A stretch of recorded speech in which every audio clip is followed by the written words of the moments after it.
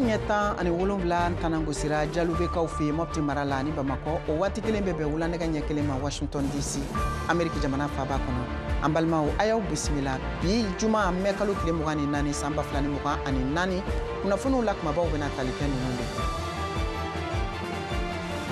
Burkina Faso barosigiba dɔ bɛna kɛ jamanadenw ni ɲɔgɔn cɛ min bɛ wele ko Assise Nationale n'a ka kan ka daminɛ mɛ kalo tile 25 ka kuncɛ mɛ kalo tile 26 kun de ye ko ka kumaɲɔgɔnyaw kɛ walasa ko ka se ka hakilina wɛrɛw sɔrɔ cogo min na kalata bɛ se ka kɛ ka fanga segin faso jama ma Niger a ka ca ni denmisɛnnin fitinin ma 70 ye minnu bɛɛ lajɛlen ye kasara sɔrɔ ka sabu kɛ jinɔgɔ minni ye waleya in kɛra dafikowa min kunnafoniw lasera u ka jabaraniso kan k'a denmisɛnnin kofɔlenw si b'a daminɛ san 2 ka se san 10 ma Amérique jamanatigi Joe Biden ye surafana dun kɛrɛnkɛrɛnnen dɔ kɛ Amérique masayaso Maison Blanche kɔnɔ ni Kenya jamanatigi Ruto ye nin kɛra siɲɛ fɔlɔ ye san 15 kɔnɔ farafina jamana ɲɛmɔgɔ ka bisimila États-Unis jamana fɛ Rusila jamanatigi Vladimir Putin y'a bolonɔ bila bɛnkan dɔ la kunu alamisa min bɛ tali kɛ États-Unis jamana ka siyɔrɔ dɔw minnu bɛna minɛ u ka jamana kɔnɔna la ko min bɛ i n'a fɔ tasarali ka kɛ ni nazarala ka gɛrɛntɛ sigili ye Rusila jamana kan an ka foli b'aw ye kokura aw ka kunnafoniw filɛ nin ye an bɛ taa Burkina Faso jamana kan u ka barosigi belebele min bɛ wele ko Assise Nationale ka yan ka daminɛ mɛ kalo tile 25 ka kuncɛ a tile 26 la a yirala o senfɛ k'a fɔ ko barosigi in baaraw bɛɛ lajɛlen kuncɛli bɛna kɛ juin kalo tile fɔlɔ ɲinan san Bobo Julasokaw fɛ VOA Banbara ka kunnafonidila Bobo Julaso Alidu Wedrago bɛ o kunnafoniw lase an ma Kamini n'u politiki jɛnkulu ninnu y'u ka bataki bɔ k'o lafiya yɔrɔ yira a kuma ka ca Bobo Julaso kɔnɔ Josias Dabire fɛ tiɲɛ b'o bolo o kana taa sigi ka fɔ nin na o kɔni min fɔ tiɲɛ b'o fɛ o an ka sɔn fɔlɔ ko tiɲɛ b'o fɛ parti politique ni si ma hɛrɛ sɔrɔ n'o ye o ye parti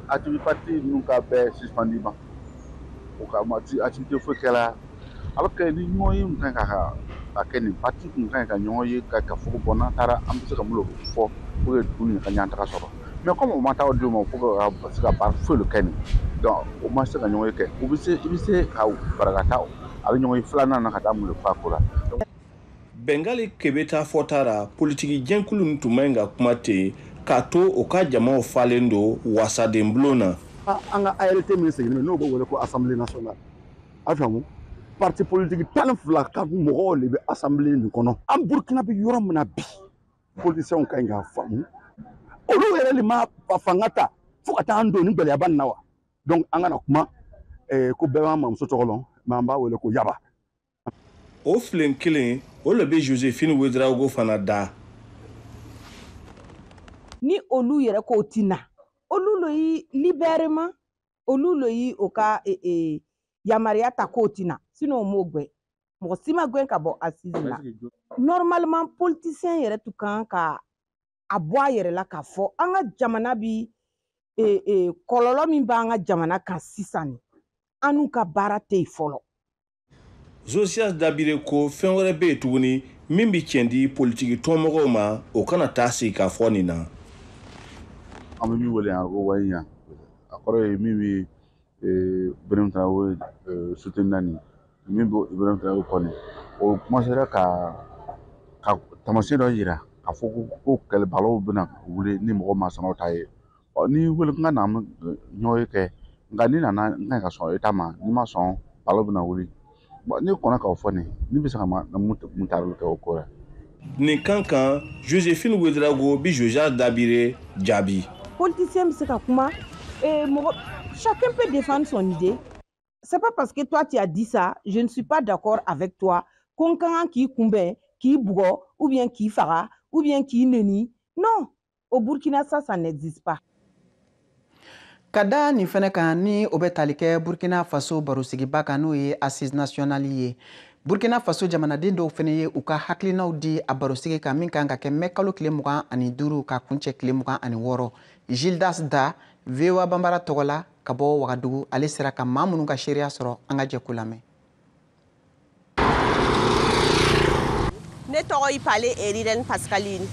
i bɛ ka ko ra ne kɔni kun fɛ a bi 2 ans d'a ma pour que a ka se ka a ye baara mun commencer daminɛ a ka se k'a laban parce que n'a y'a jigi sisan mɔgɔ min bɛna yɛlɛ a ka ko a kɔfɛ ni a tigi tɛna taa ni i bɛ ka baaraw ye k'a continuer a tigi bɛna a fana bɛna ka baaraw lo bila en place bon i bɛ yɛlɛla an y'a ye kɔni ko changement donna ko ra a yi industrie dɔ yɛlɛ pour que o bɛna to an ka tomatiw transformer an ka jeunes bɛna baara sɔrɔ an ka musow bɛna baara sɔrɔ donc et puis an ka sɔrɔsiw ka côté fana na an y'a ye ko o ye minɛn caman sɔrɔ o ye kɛlɛkɛ minɛn caman sɔrɔ o ye mɔbiliw sɔrɔ dronew sɔrɔla